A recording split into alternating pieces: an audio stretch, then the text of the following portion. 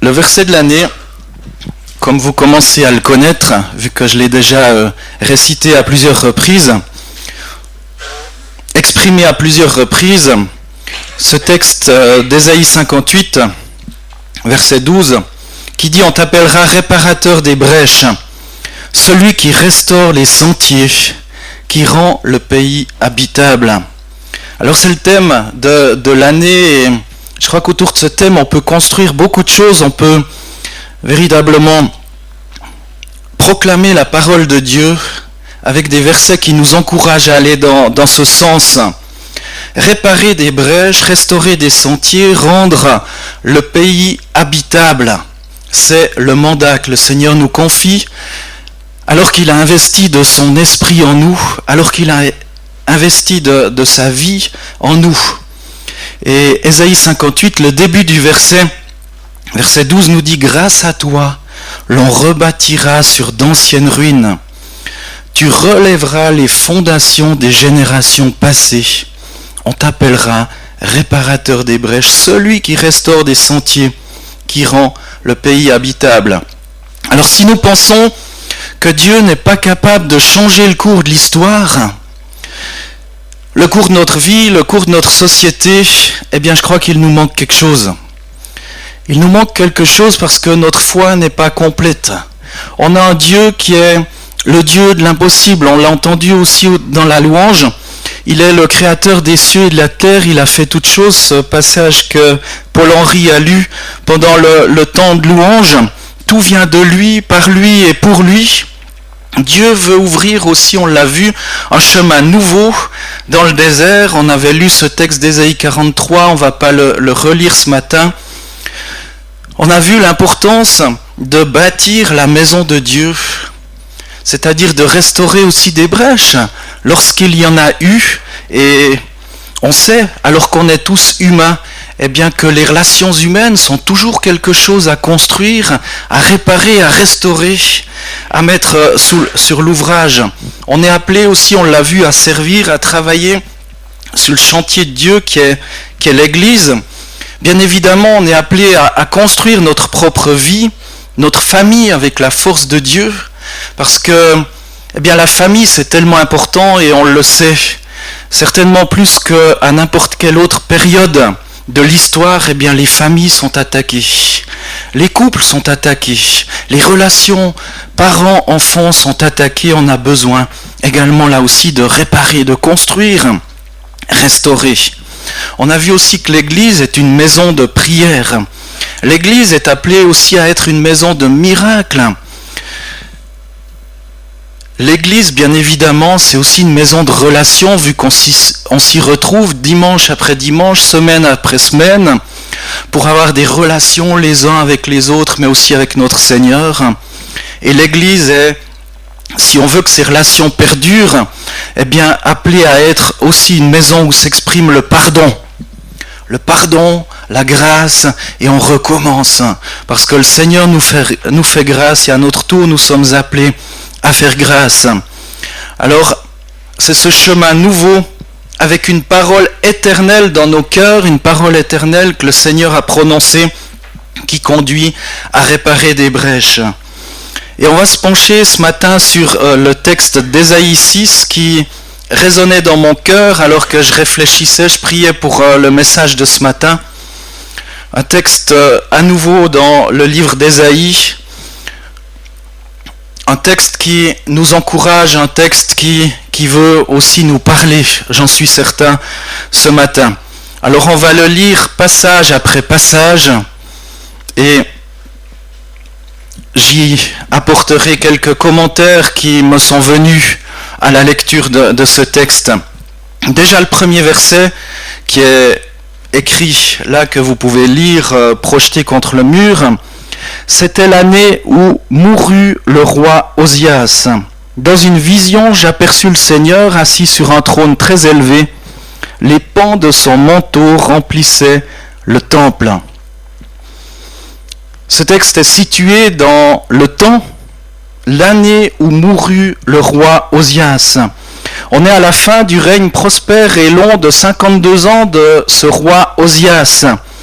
Sous ce roi fidèle, Juda devint un État économiquement, militairement aussi fort, avec un port sur la mer Rouge, des citadelles, des villes fortifiées. Mais Osias a voulu s'adjuger des tâches de sacrificateur en offrant des parfums sur l'autel. Et il a été pour cela frappé de la lèpre et il n'a jamais guéri de cette maladie. Parce qu'il a accompli quelque chose qui ne lui revenait pas. Et finalement, il a fini par mourir. Et à la mort d'Osias, la Syrie était en pleine croissance. Sous Tiglath-Pileser, dont le royaume allait emmener les 10 tribus d'Israël en captivité. Ensuite, c'est son fils Jotham qui a régné à sa place. Donc c'est donc en ce temps troublé, rempli à la fois de la prospérité passée et de la crainte de l'avenir, qu'Ésaïe a eu cette vision de l'Éternel. Cette vision peut être surprenante. Comment Dieu, qui est omniprésent partout, comment Dieu qu'on ne peut pas situer en un endroit où il dit qu'il est partout, peut-il être vu sur un trône? Ésaïe lui-même va le dire dans un autre texte, dans le chapitre 66 et au verset 1. Ésaïe va dire: ainsi parle l'Éternel, le ciel est mon trône et la terre mon marchepied. Quelle maison pourriez-vous me bâtir et quel lieu serait celui de mon repos? Dieu communique au prophète sa présence de façon particulière pour qu'il puisse le voir dans une situation compréhensible. Dieu se met au niveau de son prophète. Il va se révéler à son prophète, Ésaïe, et c'est devant son trône que les nations seront jugées. Ce trône de gloire de l'Éternel, ce trône de jugement aussi, que les nations seront jugées. On voit ça dans le texte de Matthieu, chapitre 25 au verset 31, où il est écrit: lorsque le Fils de l'homme viendra dans sa gloire avec tous les saints anges, il s'assiera sur son trône de gloire. Et c'est là que Dieu exercera le jugement des nations, le jugement des peuples. Dieu veut que nous comprenions ce matin sa grandeur, l'immense grandeur de l'Éternel, au point que ce sont les extrémités même de son manteau qui remplissent le temple. Dieu dépasse toute la grandeur qu'on peut comprendre, percevoir. Dieu remplit d'un bout à l'autre ce temple, cet endroit où Ésaïe se trouvait. Et Ésaïe rapporte fréquemment la grandeur du Seigneur et dénonce aussi l'orgueil des hommes qui cherchent à se mettre au niveau de Dieu. Dans Ésaïe, chapitre 2, versets 11 à 12, il est écrit: l'homme au regard hautain devra baisser les yeux. L'insolent devra s'incliner. Ce jour-là, le Seigneur seul sera reconnu grand. Le Seigneur de l'univers se réserve un jour pour prononcer son jugement contre tout ce qui prétend être grand ou supérieur, afin de le rabaisser. Ce matin, ce texte d'Ésaïe, chapitre 6, verset 1, nous rappelle que Dieu est bien plus grand que tout ce qu'on peut penser et imaginer. Dieu, dans sa gloire, remplit tout l'univers. Dieu est au-dessus de nous, de notre jugement, de notre raisonnement. Et on ne peut pas comprendre Dieu par notre raisonnement ou se mettre à son niveau, à sa hauteur.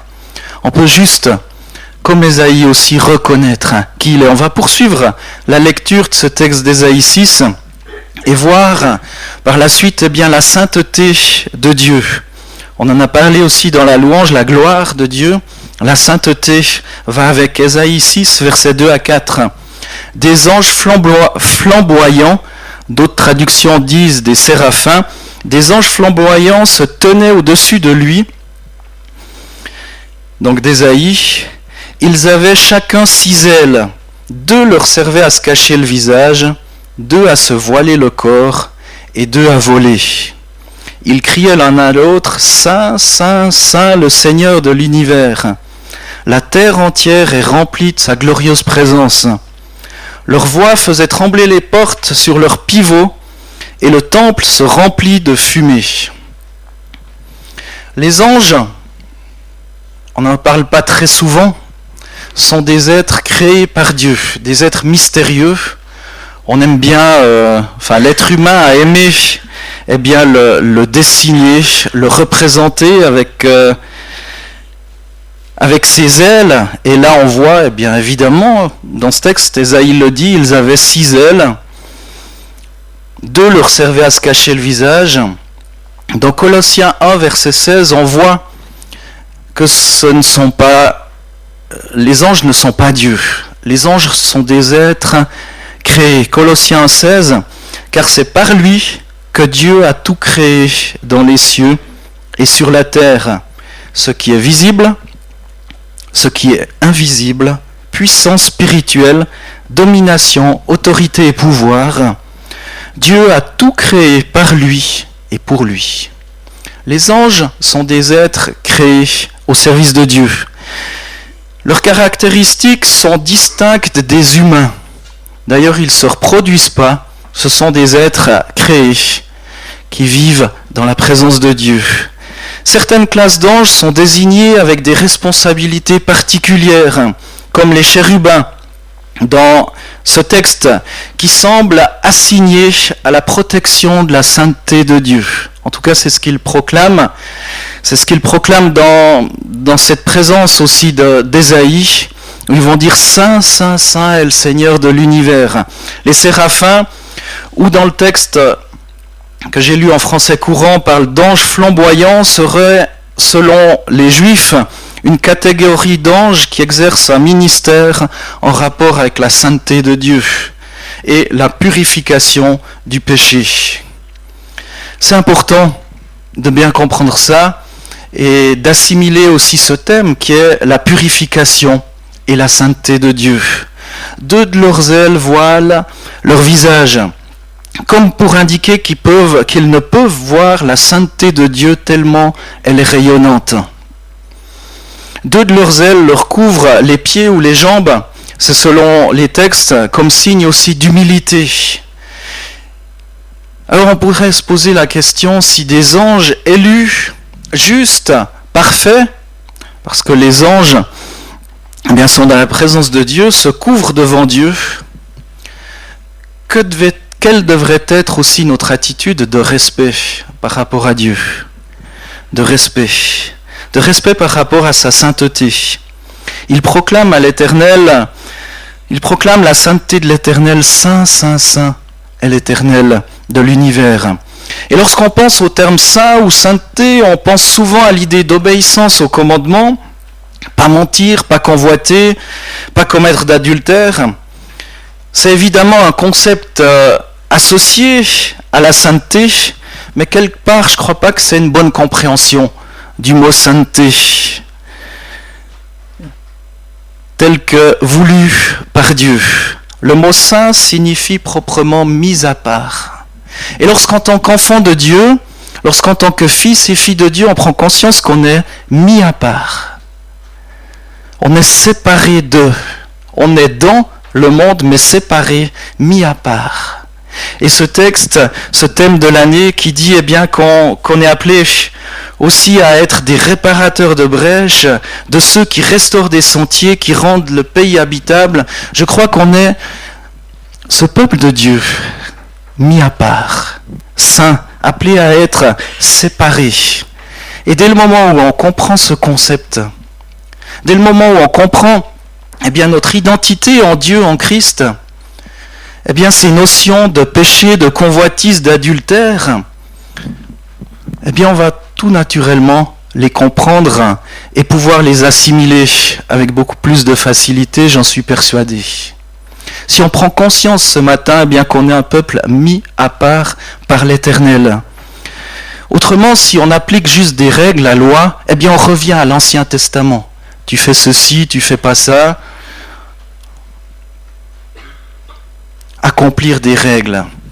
Et je crois que le Seigneur veut vraiment qu'on prenne conscience de notre identité en lui. On est ce peuple saint mis à part.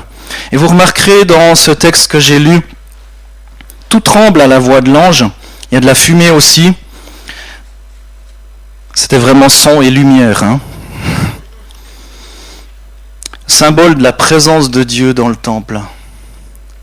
Qu'est-ce qu'on aimerait voir cette gloire de Dieu? Aussi dans notre vie, dans l'Église. Comme un rappel, la présence de Dieu aussi sur le mont Sinaï, tout tremble, même les objets, dans la présence du Créateur. Ça dit aussi à la Pentecôte que le lieu où ils étaient assemblés trembla. Lorsque Dieu agit, eh bien il se passe quelque chose. Et Ésaïe a tremblé également. Ésaïe va se rendre compte, face à la sainteté de Dieu, est-ce qu'on a déjà été placé face à la sainteté de Dieu? Ésaïe va se rendre compte face à la sainteté de Dieu, de son état. Et c'est ce qu'on voit dans les versets 5 à 7. Dieu va purifier son serviteur qui est alors conscient de son péché. Verset 5, je le lis. Je dis alors, hélas, me voilà condamné au silence car mes lèvres sont indignes de Dieu. Et j'appartiens à un peuple aux lèvres tout aussi indignes de lui. Or j'ai vu de mes yeux le roi, le Seigneur de l'univers.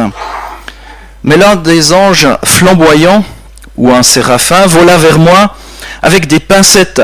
Il tenait une braise qu'il avait prise sur l'autel. Il en toucha ma bouche et me dit, « Ceci a touché tes lèvres, ton indignité est supprimée, ton péché est effacé. » Second 21 dit, et il va être projeté aussi par rapport à ce verset 5, « Alors j'ai dit, malheur à moi, je suis perdu, car je suis un homme aux lèvres impures. J'habite au milieu d'un peuple aux lèvres impures et mes yeux ont vu le roi, l'Éternel, le Maître de l'univers. » Face à cette vision de Dieu, Ésaïe est effrayé. Lorsqu'on est face à l'Éternel, lorsqu'on est face à la sainteté de Dieu, lorsqu'on est face à la gloire de Dieu, eh bien tout à coup on devient tout petit. Tout à coup on se sent devant l'être parfait, eh bien pas du tout parfait. Et c'est ce qu'Ésaïe a pris conscience. Vous remarquerez que Dieu ne lui a pas dit « Tu es un homme pécheur ». Dieu ne lui a pas dit « Tu fais ceci de mal ». Mais alors qu'il est placé devant la présence de Dieu, il prend conscience de son état. Et je crois que les temps de louange, eh bien, sont aussi des temps privilégiés, afin qu'on soit placé devant la présence glorieuse de Dieu. L'adorer, prendre conscience que Dieu est saint. Lorsqu'Ésaïe voit la gloire de Dieu, il prononce sur lui-même un jugement absolu, tout à l'encontre des béatitudes qu'on voit dans Matthieu, où il va dire malheur. C'est à l'opposé donc des béatitudes, où il se rend compte que ses lèvres sont sales, ses lèvres sont impures. Mes frères et sœurs, si nous voulons que notre louange accède à la présence de Dieu, eh bien il nous faut réaliser la gravité de notre péché. Autrement, ce seront que des mots que l'on prononce, que l'on répète, que l'on chante, peut-être même avec compétence. Mais il nous faut réaliser la gravité de notre péché et l'immensité de la grâce de Dieu. L'immensité de la grâce de Dieu, c'est ce qu'on voit dans ce texte d'Ésaïe 6. Aucune personne consciente de son péché peut faire le fier devant Dieu. Aucune personne face à la présence de Dieu peut faire le fier devant Dieu. Par exemple, quand Pierre a vu la pêche miraculeuse, a vu la gloire de Dieu, cette pêche, il était un pêcheur professionnel, il savait de quoi il parlait. C'était pas juste un amateur qui fait de la pêche de temps en temps dans son temps libre, mais il savait de quoi il parlait, il avait pêché le poisson donc, et apparemment pas grand chose est venu, et tout à coup, eh bien sur la parole du Seigneur, il s'est passé quelque chose. Il y a eu cette pêche miraculeuse, et Luc, chapitre 5, verset 8, nous dit que Pierre tomba aux genoux de Jésus et dit « Seigneur, éloigne-toi de moi, parce que je suis un homme pécheur. » Curieux, hein, il vient de vivre un miracle extraordinaire.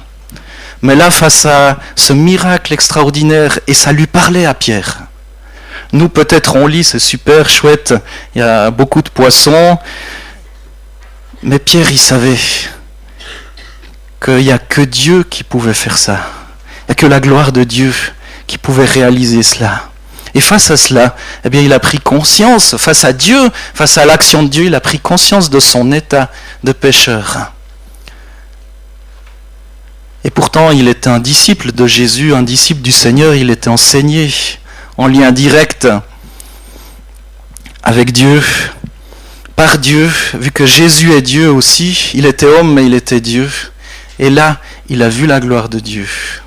Et il a pris conscience de son état. Seigneur, éloigne-toi de moi. Il ne pouvait pas supporter l'action de son péché face à la pureté de Jésus, face à la grandeur de Dieu qui était en face de lui, en la personne de Jésus-Christ. Alors notre génération a mis l'accent sur la proximité de Dieu, et c'est bien. On a un Dieu qui est proche, un Dieu qui est notre Dieu, qui est appelé à grandir dans notre vie. On met l'accent sur les qualités agréables de Dieu, amour, bonté, bienveillance, toutes ces choses sont vraies et sont véritables et on doit les assimiler. Mais Dieu est-il également saint dans nos cœurs? Est-ce qu'on a, comme Ésaïe, encore cette crainte de Dieu face à la sainteté de Dieu? Est-ce que comme Pierre, on a cette crainte de Dieu aussi face à sa sainteté? Je ne parle pas d'avoir une peur qui nous fait fuir la présence de Dieu, mais une peur de son jugement. Est-ce que face à votre péché, eh bien vous avez encore peur du jugement de Dieu? Face à mon péché, est-ce que j'ai encore conscience eh bien, que j'ai besoin de cette grâce de l'Éternel? Alors c'est évident que le diable n'a pas besoin de faire de nous des athées pour gagner. Il a juste besoin d'ôter cette idée de la sainteté de Dieu, de nos chairs, de nos livres, de nos séminaires, de notre conscience. Et très rapidement, eh bien, ça fera de nous des athées. Parce qu'on a un Dieu à notre image et non plus un Dieu à son image. Dieu est saint, miséricordieux, juste, bon, mais Dieu est saint. Et sa sainteté, on doit en prendre conscience. Donc Ésaïe, verset 6, chapitre 6, verset 6, ressent son indignité et Ésaïe va être purifié. Mais l'un des anges flamboyants vola vers moi avec des pincettes. Il tenait une braise qu'il avait prise sur l'autel. Il en toucha ma bouche et dit « Ceci a touché tes lèvres, ton indignité est supprimée, ton péché est effacé. » Voilà la bonne nouvelle, mes frères et sœurs. Voilà la bonne nouvelle qui nous libère, qui nous rend capables d'être dans la présence de Dieu.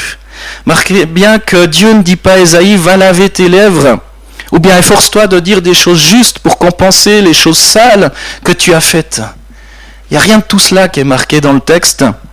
Et rien de tout ça, c'est quelque chose d'extérieur à Ésaïe qui va venir vers lui, qui vient le toucher et le purifier. Il est purifié là même où il se savait impur. Mes lèvres sont impures. Et combien aujourd'hui, eh bien, on a besoin aussi d'avoir des lèvres pures. Qu'est-ce qui sort de notre bouche? De la même bouche, on loue le Seigneur et de la même bouche, on maudit. Est-ce que c'est possible? Qu'est-ce qui sort de notre bouche? Il est purifié là même où il se savait impur. Des braises de l'autel où étaient consumés des sacrifices touchent ses lèvres. Il est purifié par Dieu lui-même. La faute est enlevée, le péché est effacé. Et lorsqu'on entre dans la présence de Dieu, la bonne nouvelle, c'est que tout ce que Dieu touche, eh bien, il le purifie, il le sanctifie, il le met à part. Si vous avez cette grâce d'être dans la présence de Dieu, eh bien, Dieu veut faire de vous un être mis à part pour lui. Mis à part. Avec cette conscience, eh bien, qu'on est séparé des œuvres de la chair, séparé de ce monde des ténèbres, et qu'on vit désormais pour Dieu et avec Dieu. Il faut d'abord qu'il nous touche d'une conviction de péché, puisqu'il fait de nous des saints. On voit ça dans Romains 3,24 ou 1 Corinthiens 2, je ne les ai pas notés ces versets, vous pouvez les lire.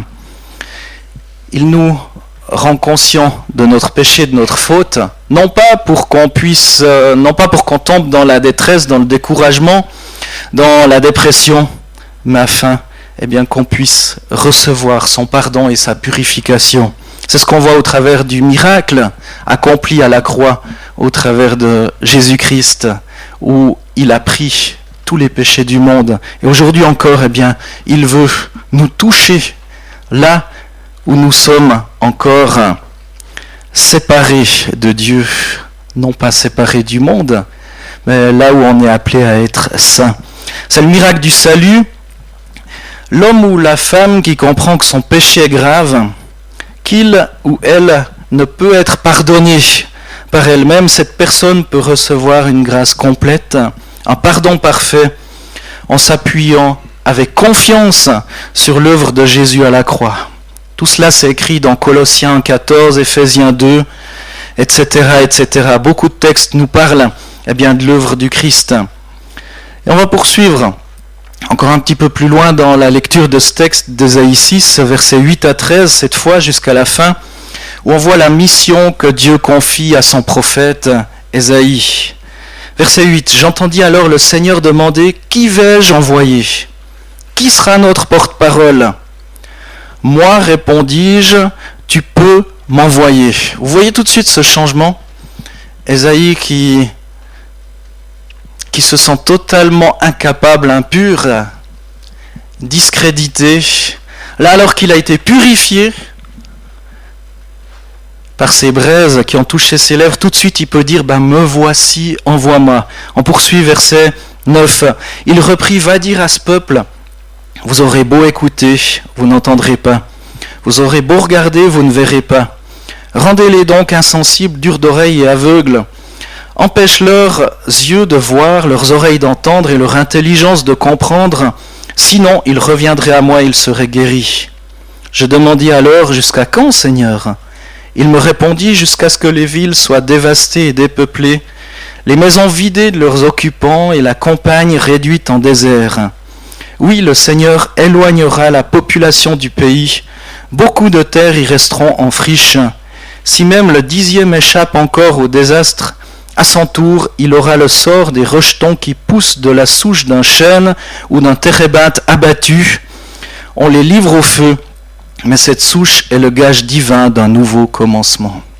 Là encore, on parle d'un nouveau commencement possible à la fin de ce verset 13.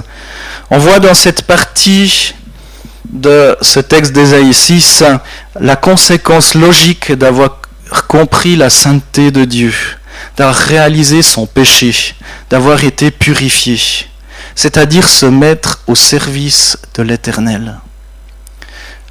On est appelé à être un peuple saint, mis à part, appelé à nous mettre au service de l'Éternel. Quelqu'un disait à juste titre, sauvé pour servir. On n'est pas sauvé juste pour occuper une place, remplir les églises parce qu'on aime bien qu'elles soient remplies. Moi je préfère quand l'église est bien pleine que quand elle est à moitié vide Mais ça va plus loin. Ça va plus loin. On est appelé à être sauvé pour servir. Il y a un lien vital entre connaître Dieu et témoigner de Dieu. Connaître Dieu nous pousse à témoigner de Dieu. Vous me direz, selon ce texte, peut-être qu'il vous perturbe également. À quoi bon prêcher si personne n'écoute ? Écoutez, mais ne comprenez pas, nous dit ce texte. C'est mystérieux. Je crois que la gloire de Dieu, et on doit l'apprendre, nous demande de prêcher quel que soit le résultat. Dieu est glorifié par la prédication et par l'obéissance, pas par le résultat. Ce que Dieu nous demande, c'est de prêcher. Lui seul est capable de convaincre de péché, de justice et de jugement. Lui seul est capable de changer un cœur, de transformer un cœur. Mais ce que Dieu veut, c'est que l'on prêche. Que les gens écoutent ou n'écoutent pas ce que Dieu veut. C'est qu'on proclame la gloire de Dieu, sa sainteté. Dieu est glorifié par la prédication et l'obéissance, pas par le résultat. Alors ne nous décourageons pas si on a l'impression de ne pas voir de résultat. Continuons d'être dans cette présence de Dieu, cette sainteté de Dieu. tout comme Ésaïe, continuons à être dans l'adoration, ce qui va nous pousser aussi, à parler de lui. Parce que la présence de Dieu nous pousse à l'aimer et naturellement, à parler de sa gloire. Avez-vous remarqué comment est décrite la souche qui demeure au verset 13 ? S'il y reste encore 1/10 des habitants, à leur tour ils passeront par les flammes. Cependant, tout comme le térébinthe et le chêne conservent leur souche quand ils sont abattus, la souche de ce peuple donnera une sainte descendance. Le reste, ce qu'il reste, la souche de ce peuple donnera une sainte descendance. Même s'il ne reste pas grand-chose en apparence, même avec ce reste, il donnera une sainte descendance. Encore une fois, cet adjectif saint vise ici Jésus, la racine de David, cette souche de David, et ceux qui croient à sa suite. Cette souche reste, demeure, et Dieu veut faire de nous son peuple. Grâce à toi, l'on rebâtira sur d'anciennes ruines. Tu relèveras les fondations des générations passées. Ces anciennes souches, les fondations des générations passées. Vous savez, l'erreur, peut-être de la jeunesse, c'est de vouloir dire tout ce que les anciens ont fait, on balaye. Table rase, ils n'ont rien compris. C'est une grave erreur. Peut-être c'est la jeunesse qui pousse à ça et à cet enthousiasme. Mais la Bible nous parle de toute autre chose dans son message. Tu relèveras les fondations des générations passées. Il ne s'agit pas de dire ce que les autres dans le passé ont fait, de faux. Il ne s'agit pas de condamner ce que nos prédécesseurs ont fait. Il s'agit alors qu'on est mis à part de relever. Parce que c'est toujours les mêmes fondations. Fondation de l'Éternel, ces racines, cette souche qui donne la vie, cette souche de sainteté. On t'appellera réparateur des brèches, celui qui restaure les sentiers, qui rend le pays habitable. Et je fais cette parenthèse. En tant que réparateur des brèches, c'est pas dit de tout enlever, tout jeter. Il n'y a rien de tout ça dans le texte de Dieu. Et ça serait un grave mépris de la parole de Dieu, que de vouloir se lancer sur ce chemin-là. Respectons, creusons, réparons, mais ne détruisons pas. Ne détruisons pas. Béni soit le nom de l'Éternel pour tous ceux qui nous ont précédés dans la foi. Et pour terminer, je vais encore préciser que personne échappera à la sainteté de Dieu. Un jour, on le sera véritablement, totalement. Lorsque le Seigneur nous reprendra et qu'on sera dans sa gloire, on sera face à la sainteté de Dieu. La Bible est unanime pour décrire le jugement de tous les pécheurs. Tous, qu'ils aient accepté Christ ou non, tout le monde va être jugé. Dans 2 Thessaloniciens 1, on voit ça, 1 Pierre 4 aussi. Paul met en garde dans ses lettres, et c'est des mises en garde à prendre non pas à la légère, mais avec sérieux, où Paul va dire « Examinez-vous vous-même pour voir si vous êtes dans la foi ». Ce matin, alors que vous entendez ce message, examinez-vous vous-même pour voir si vous êtes dans la foi en Christ. Non pas pour être découragé, mais pour recevoir, tout comme Ésaïe, cette purification. On prendra tout à l'heure la Sainte Seine. C'est notre frère Simon qui nous conduira dans ce moment. Examinez-vous vous-même pour voir si vous êtes dans la foi. Et vous pourrez entrer dans la gloire de Dieu aussi et recevoir sa purification. Paul va dire encore, les œuvres de la chair sont évidentes. Je vous préviens, comme je l'ai déjà fait, ceux qui se livrent à de telles pratiques n'hériteront pas du royaume de Dieu. Vous voulez voir de quelles pratiques il s'agit? Lisez Galates 5, 19 à 21. Mes frères et sœurs, est-ce que vous avez fait la paix avec Dieu? Est-ce que votre vie témoigne de la grâce de Christ, de sa sainteté? du pardon de Christ, de la présence de l'Esprit en vous. Est-ce que votre vie en témoigne, de cette présence, cette sainteté de Dieu? Est-ce que vous prenez conscience que vous êtes saints, c'est-à-dire mis à part pour l'Éternel? Mis à part pour Dieu.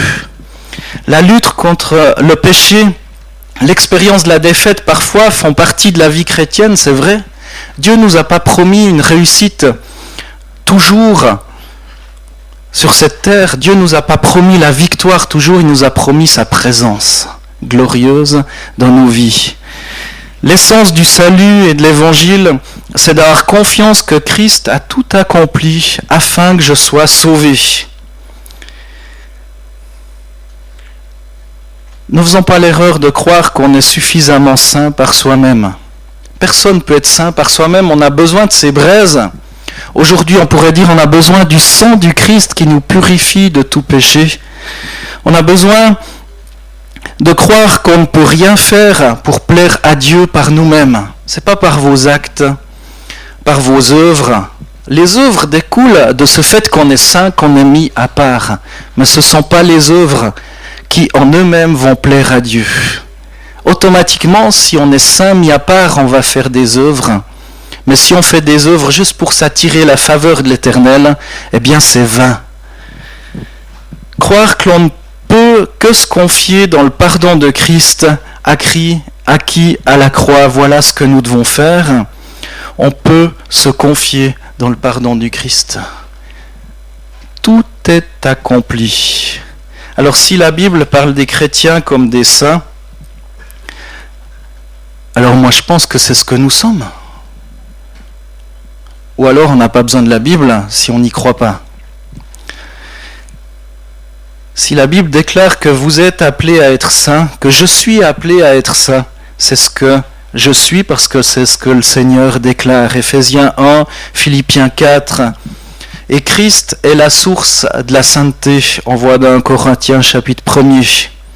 Ou encore dans Colossiens 2, verset 14, où il est écrit « Il a effacé l'acte rédigé contre nous, qui nous condamnait par ses prescriptions, et il l'a annulé en le clouant à la croix. » Effacé, annulé, en clouant à la croix. Tu te sens condamné?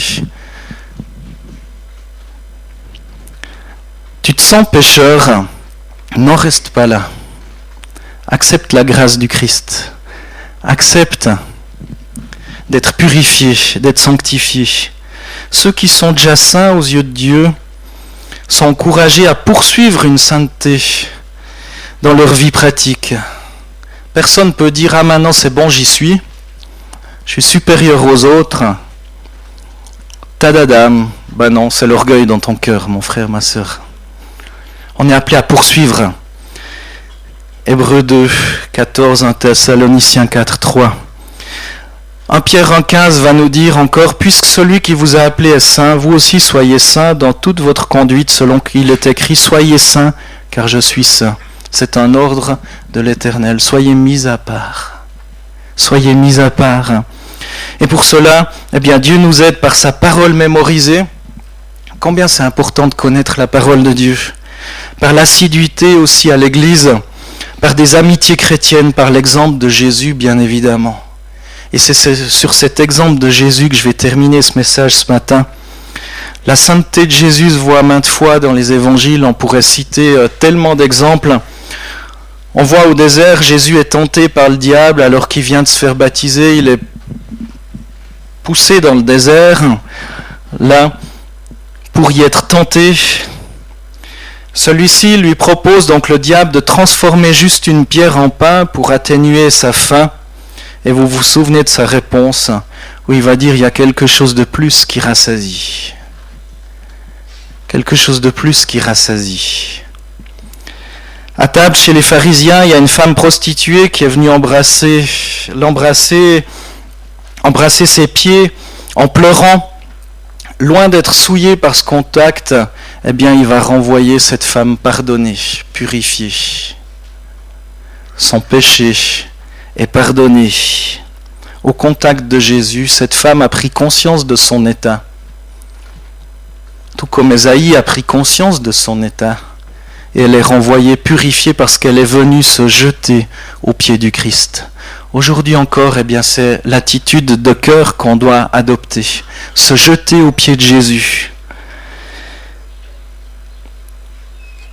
Il y a en Christ une séparation absolue de tout ce qui est impur. Encore à Gethsémani, sa sainteté se voit encore dans son rejet de son propre désir d'échapper à la croix. Si tu es le Christ, sauve-toi toi-même, descends de la croix. Il est allé jusqu'au bout. Dans ce jardin de souffrance aussi, combien le Christ est admirable, il est notre exemple. Et ce matin, eh bien, vous êtes invités, je suis invité à entrer dans sa présence. Vous serez saints, car je suis saint. Venez au pied de Jésus. N'en restez pas juste à la prise de conscience de votre péché, votre état qui vous sépare naturellement de Dieu, mais acceptez son pardon, sa purification, acceptez ce tout est accompli de la croix.